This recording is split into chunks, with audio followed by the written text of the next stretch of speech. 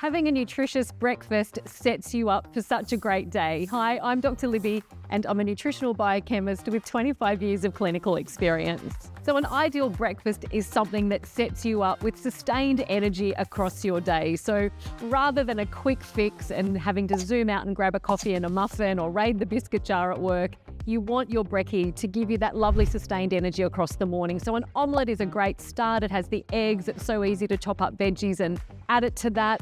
Providing yourself with some whole food fats is also terrific for energy. So things like avocado, olive oil, and butter are really nourishing sources of those whole food fats. Instead of reaching for a highly processed, sweetened breakfast cereal that's going to probably give you a bit of an energy spike and then a crash, that's not ideal. So think about sustained energy as well as nourishment for your breakfast choice.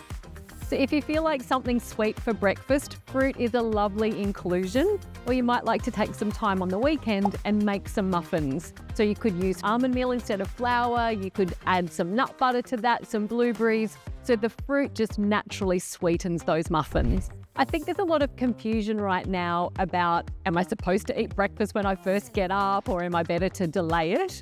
And the answer is really based on how you feel. So notice how you feel. Some people wake up in the morning and they feel really hungry, and your hunger is your natural signal to eat. It's your body letting you know that it's time for food.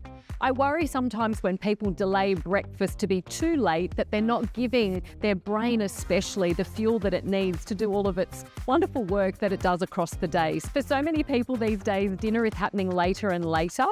And it's, I think, one of the reasons why fasting has become incredibly popular, and people are confused about how long they need to wait between dinner and breakfast. I personally am a big fan of having dinner as early as we can. Not that long ago in human history, we would eat our dinner, that was it. We couldn't go to the service station and get a chocolate bar at midnight if that's what we felt like. It was have dinner, that was it, and then we would get up and have our breakfast. So there was a natural window of sort of 12 to 14 hours of fasting.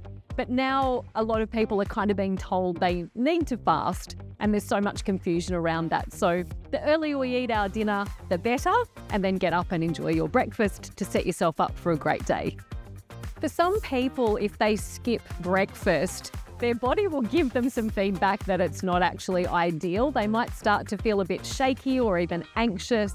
Some people get a headache. And one reason for that is as the glucose in your blood drops low, we have a backup supply of that in our liver and our muscles. So we store glucose in our liver and muscles as glycogen, and the body can mobilize that to top up our blood glucose levels.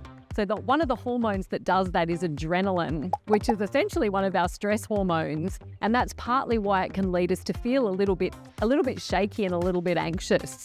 For other people, they'll switch across and start to use their body fat really effectively as a fuel. But for too many people these days, primarily because of stress, they're not doing that efficiently. So take notice of how you feel. Your body has the most incredible ability to communicate to you, so tune into that.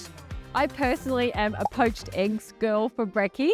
It's a great way to get some iron going in, which is a nutrient that too many people don't get enough of. And on the side of that, so easy to throw some vegetables onto the plate, whether it's spinach, mushrooms, such a great start to the day. For more about a nutritious breakfast, head to taste.com.au.